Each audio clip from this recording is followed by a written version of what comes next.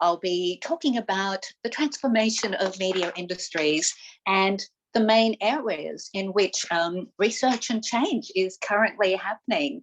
And certainly in terms of QUT, we are studying basically the changes of media industries to recognise that the tools for making and sharing media have changed.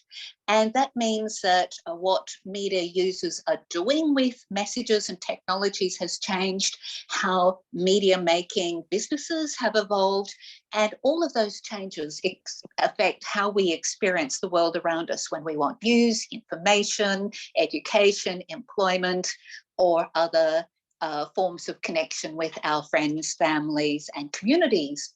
So when we study this area of transforming media industries, there are many opportunities and topics for research, but in particular, an issue that has been particularly important for us is those traditional media that we use for news and entertainment and our lifestyle.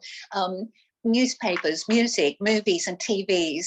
There were predictions that this was the end. It was like ground zero, and that we would see the end of it. And certainly what we have seen is that the new companies that have set up to take advantage of the new technologies have certainly killed many of the old organisations. So in television and the movie industries, for example, we don't see video rental stores anymore. They are no longer efficient or useful or helpful for us. So Netflix, Spotify, Google, Facebook, they have actually led to the death of famous companies, music record companies like EMI, and lots of newspapers and magazines have shut down. But is that really the end?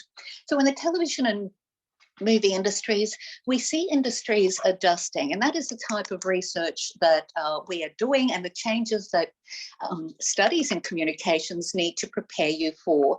Certainly this has led to the birth of new companies, the large companies like Netflix, but also lots of niche film and television makers and distributors who can now create programs and stories for very specialised audiences.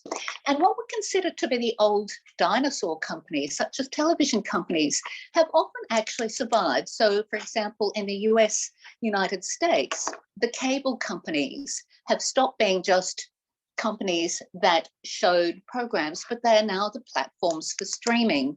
So they've adjusted to this. In music, as I mentioned, record labels like EMI and record shops have shut down, but the industry survives because the music industry now stops selling music to consumers and licenses it to big providers like Spotify.